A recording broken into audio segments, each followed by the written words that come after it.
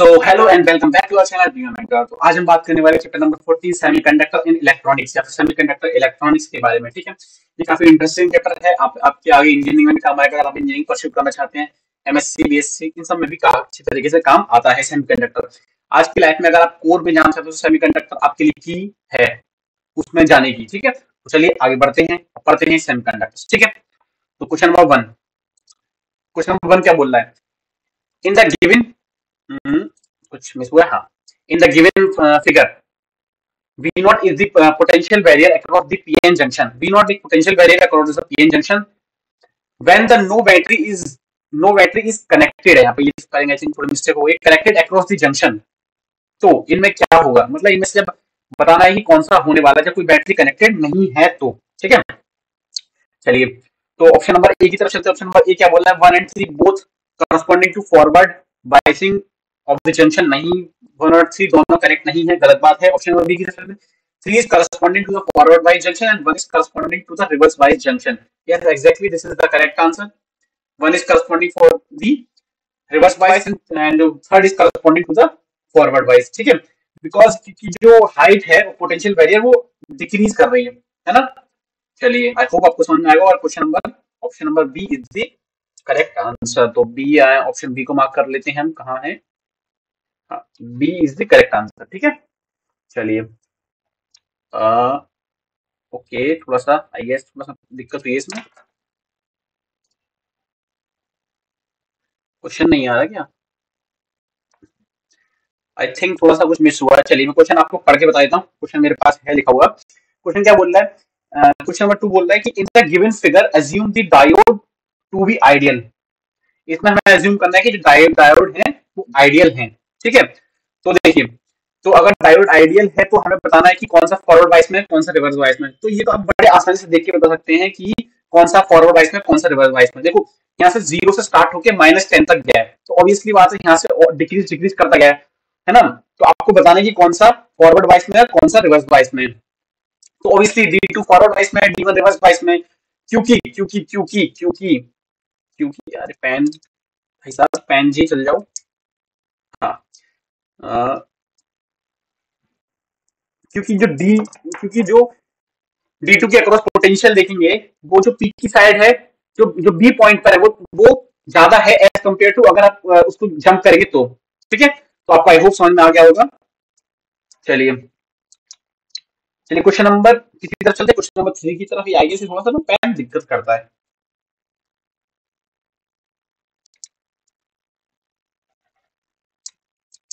देखते हैं, चला नहीं चला, चल तो रहा है पर ठीक है, कोई बात नहीं, कर्सर नहीं आ रहा पर ठीक है। क्वेश्चन नंबर 3 की तरफ चलते हैं। क्वेश्चन नंबर 3 बोल रहा है out of the given circuit in the figure below. हमें बताना है कि इन सर्किट में से कौन सा सही है। ये एनसीईआरटी का एग्जाम्पलर है, ऑलरेडी मेंशन कर रखा है। तो बोला would be 0 at all time. तो आपको समझ में आएगा कि आउटपुट, मतलब जो आउटपुट जो आपको ये आ रहा है कि जो बड़ी सी डॉट है, ये आउटपुट बताना है क्या होने वाला है। कि पहला ऑप्शन क्या बोल रहा है? 0 एट ऑल टाइम। नहीं, 0 नहीं होगा। ठीक है, हर टाइम तो नहीं होगा, क्योंकि ये रिवर्स बायस और फॉरवर्ड बायस की कंडीशन भी डिपेंड करती है। क्योंकि एसी करंट है, तो ऑब्वियसली बात है ये दोनों नेगेटिव साइकिल पॉजिटिव साइकिल दोनों तरफ चलता है। तो हमें पता होना चाहिए कि किस साइकिल में ये फॉरवर्ड बायस में, किस साइकिल में ये नेगेटिव बायस में। तो ऑल टाइम 0 नहीं होगा। Would be half wave rectifier with positive cycle in output. नहीं, ये भी नहीं होगा। तो थोड़ा सा इसको नीचे कर लेते हैं। ऑप्शन नंबर आइए थोड़ा दिक्कत। हाँ, ऑप्शन नंबर सी क्या बोल रहा है? सी बोल रहा है would be like a half wave rectifier with negative cycle. हाँ, क्योंकि नेगेटिव हाफ वेव रेक्टिफायर क्यों? क्योंकि आप इसको देखिए कि अगर देखिए मैं इसको डायरेक्शन देता हूँ। डायरेक्शन हमको ये मेंशन करके चलनी है। ठीक है, तो ये क्या हो जाएगा? Half wave rectifier. ठीक है, in the output cycle negative. चलिए क्वेश्चन नंबर 4 की तरफ चलते हैं। क्वेश्चन नंबर 4 क्या बोल रहा है? क्वेश्चन नंबर 4 बोल रहा है electrically conductivity of A semiconductor. Electrical conductivity of A semiconductor बतानी है हमें इनमें से। तो ऑप्शन नंबर ए, और ये क्या बोल रहा है? ऑप्शन नंबर ए बोल रहा है कि decrease with the rise in temperature. गलत बात है। Increase with the rise in temperature हाँ सही है, क्योंकि जब कोवेलेंट बॉन्ड टूटेंगे तो आपका जो बैंड है, जो पोटेंशियल वेरिएबल थोड़ा सा डिक्रीज करता है ना। चलिए तो आगे बढ़ते हैं क्वेश्चन नंबर 5 की तरफ। क्वेश्चन नंबर 5 क्या बोल रहे हैं? क्वेश्चन नंबर 5 बोल रहा है the forbidden energy gap in conductor, semiconductor, insulator is Eg1, Eg2 and Eg3 respectively. तो obviously बात है कि forbidden energy gap सबसे कम किस में होगा, कंडक्टर में, फिर उससे कम सेमीकंडक्टर में, सबसे ज्यादा किस में होगा, इंसुलेटर में. तो ऑप्शन नंबर हमारा क्या हो जाएगा, सबसे ज्यादा इंसुलेटर में, फिर सेमीकंडक्टर में, सबसे कम किस में होगा, उसमें तो होता ही नहीं है, तो ओवरलैप कर जाती है कंडक्शन बैंड, है ना. और बैलेंस में, तो option number B is the correct answer. ठीक है, चलिए क्वेश्चन नंबर 6 की तरफ चलते हैं. क्वेश्चन नंबर 6 क्या बोल रहा है, क्वेश्चन नंबर 6 बोल रहा है कि in an insulator the forbidden energy band gap of the balance band and the conduction band कितना होता है, मतलब किस ऑर्डर का होता है. तो जो ऑर्डर है वो है 5 इलेक्ट्रॉन वोल्ट के ऑर्डर का होता है. ठीक है, तो आप इसको याद रखिए कि इंसुलेटर में किस ऑर्डर का होता है. ठीक है, क्वेश्चन नंबर 7 पे चलते हैं. क्वेश्चन नंबर 7 क्या बोल रहा है, in N N type semiconductor, N type semiconductor में क्या होता है ये बताना है हमको. तो ऑप्शन, तो negatively charge, positively charge, neutral and none of these, है ना. तो that is negatively charge semiconductor, neutral because मतलब atoms are added during the doping. जब नॉर्मली जब हम डोपिंग करते हैं तब ये होता है, लेकिन इनिशियली क्या रहता है, न्यूट्रल ही रहता है, क्योंकि जो जितने पॉजिटिव है उतने इलेक्ट्रॉन के बराबर होता है. जब किसी भी डोपिंग करते हैं तो क्या फिर पॉजिटिव को बढ़ाएंगे, नेगेटिव को बढ़ाएंगे, उस पर डिपेंड करता है. समझे. चलिए अब क्वेश्चन नंबर 8 क्या बोल रहा है, क्वेश्चन नंबर 8 बोल रहा है, in the half cycle, in the half life rectifier the circuit shown which of the following waveform is true for BCD, the output across the C and D, output across the C and D, है ना. अब देखो इन्होंने बोला है कि half wave rectifier. अब half wave rectifier सबको पता होना चाहिए कि हाफ वेव रेक्टिफायर क्या होता है. ठीक है, तो वो एक आधी वेव को छोड़ देगा, यानी कि जो निगेटिव वाली वेव है उसको हटा देता है, पॉजिटिव को रहने देता है. तो हाफ वेव रेक्टिफायर कौन सा हो जाएगा हमारे इसमें, option number B, half wave rectifier का बी. ठीक है, चलिए क्वेश्चन नंबर 9 की तरफ चलते हैं. क्वेश्चन नंबर 9 क्या बोल रहा है, क्वेश्चन नंबर 9 बोल रहा है कि the full wave rectifier circuit along with the input and the output voltage as shown in the contributing to the output voltage from diode 2. ठीक है, तो इसमें बताना है हमको कि कौन सा सही आंसर होने वाला है. तो ऑप्शन नंबर,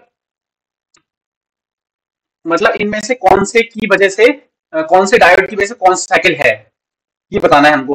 तो जो होने वाला है वो है बी और डी, क्योंकि देखो अगर ये साइनसोइडल है तो जो बी है वो नेगेटिव में रहने वाला है. देखिए मैं आपको मेरा ये पेन देखिए, ये जो नेगेटिव है इसको रेक्टिफाई किया तो ये बी हो गया और ये वाला डी हो गया. तो option number B and D, तो बी एंड डी किससे मैच कर रहा है, दैट इज बी में मैच कर रहा है. ठीक है, चलिए ये कुछ तो ठीक है. चलिए क्वेश्चन नंबर 10 पे चलते हैं. क्वेश्चन नंबर 10 क्या बोल रहा है इसमें हमारे में, क्वेश्चन नंबर 10 बोल रहा है 22 वोल्ट 22 मतलब 220 volt AC supply is connected between a point A and B. A and B के बीच में 220 क्वेश्चन मेंशन कर रखा है, 200 भी मेंशन कर रखा है. चलो ठीक है, what will be the potential difference across the capacitor. Capacitor के अक्रॉस क्या पोटेंशियल डिफरेंस होने वाला है ये हमें बताना है. ठीक है, तो ऑब्वियसली इसकी आरएमएस वैल्यू लेने वाले हैं. तो आरएमएस वैल्यू कितनी जाएगी, अगर एसी है तो हम ऐसा मान चलते हैं 220 साइन ओमेगा टी. तो आरएमएस वैल्यू कितनी जाएगी, आरएमएस वैल्यू हो जाएगी इसकी 220, नहीं not 220, 22, that is RMS value इसकी जाएगी 2/√2. ठीक है, तो option number D is the correct answer. ठीक है, option number D. Question number 11 चलते हैं. क्वेश्चन नंबर 11 क्या बोल रहा है इसमें,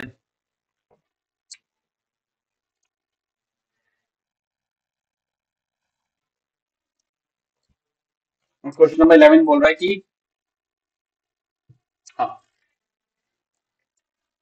in the circuit shown in the figure below, if the diode forward voltage is 0.3, अगर डायोड के अक्रॉस का फॉरवर्ड वोल्टेज कितना है 0.3 volt, the voltage difference across A and B, A and B के अक्रॉस. तो जब हमने ए जैसे मान चलिए हमने चालू किया, ठीक है, बी ऑफ ए है ना, माइनस कितना हो जाएगा, अगर मान के आई करंट फ्लो कर रहा है, आई करंट फ्लो कर रहा है तो मान के चलिए, और टोटल रेजिस्टेंस अगर देखेंगे तो कितना हो जाएगा. ठीक है, सपोज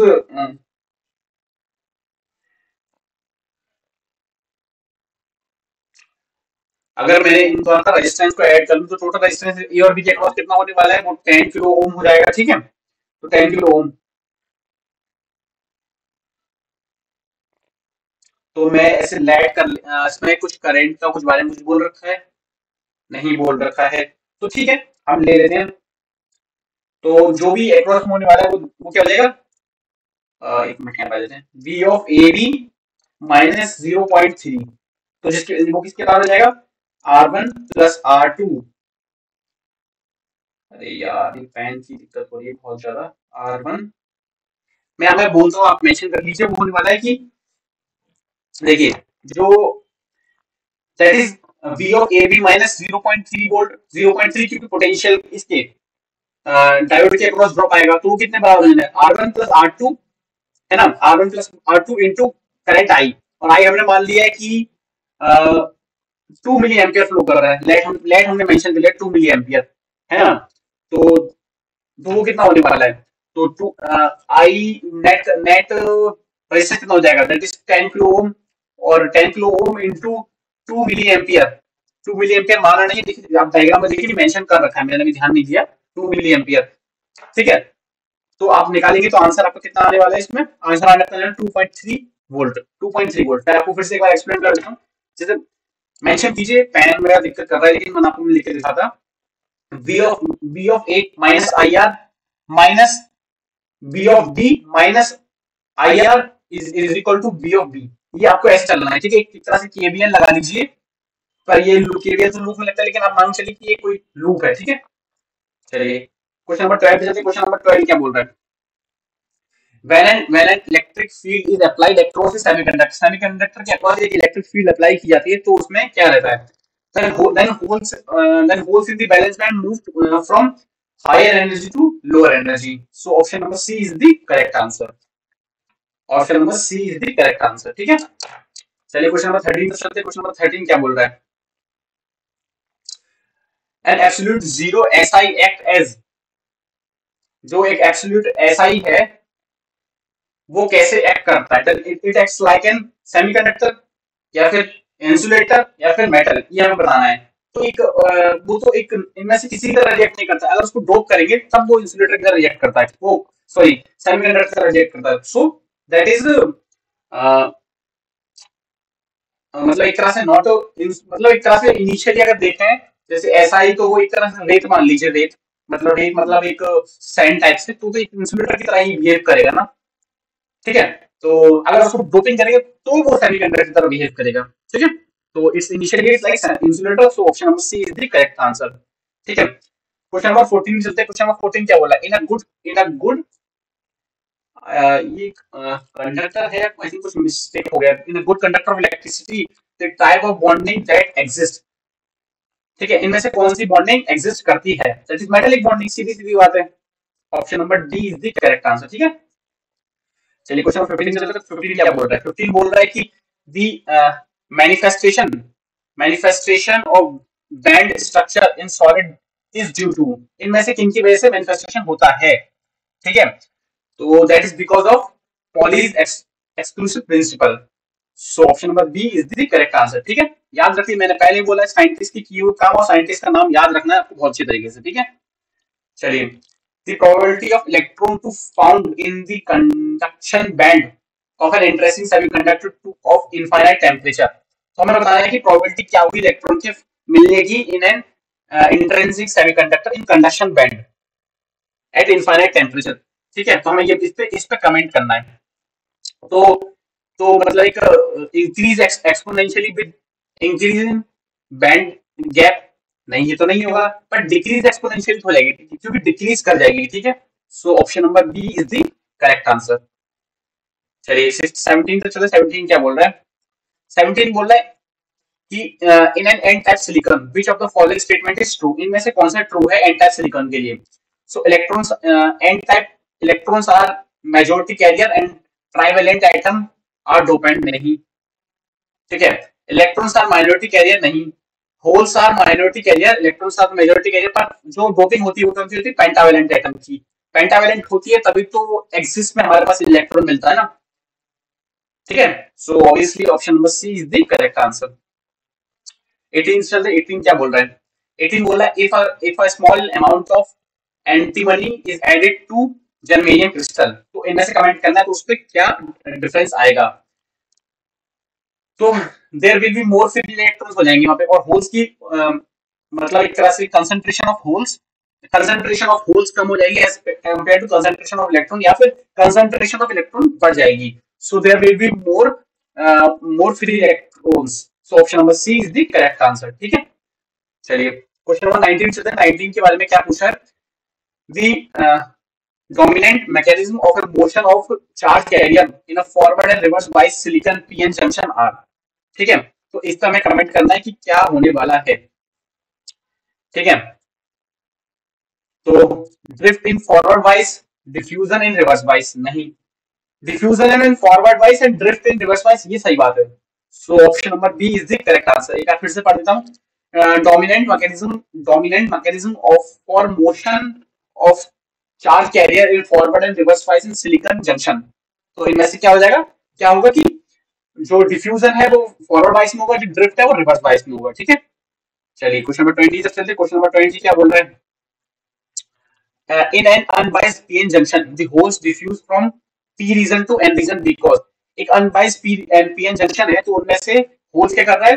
P region में से N region में जा रहा है। क्यों? इसका रीजन बताना है हमें, क्या होने वाला है या क्या रीजन होता है। ठीक है, तो इसका reason holes concentration in P region is more as compared to holes as compared to in N region। तो इसकी वजह से, क्योंकि उनको बैलेंस करना पड़ता है। तो option number C will be the correct answer, क्योंकि होल्स की कंसंट्रेशन ज्यादा है पी रीजन में, इसलिए। ठीक है, सो आई होप आपको ये वीडियो अच्छी लगी होगी, सारे क्वेश्चन समझ में आए, नहीं आए समझ में तो मुझसे आप डाउट पूछ सकते हैं। फिलहाल के लिए इतना ही, चलिए थैंक यू, ओके बाय।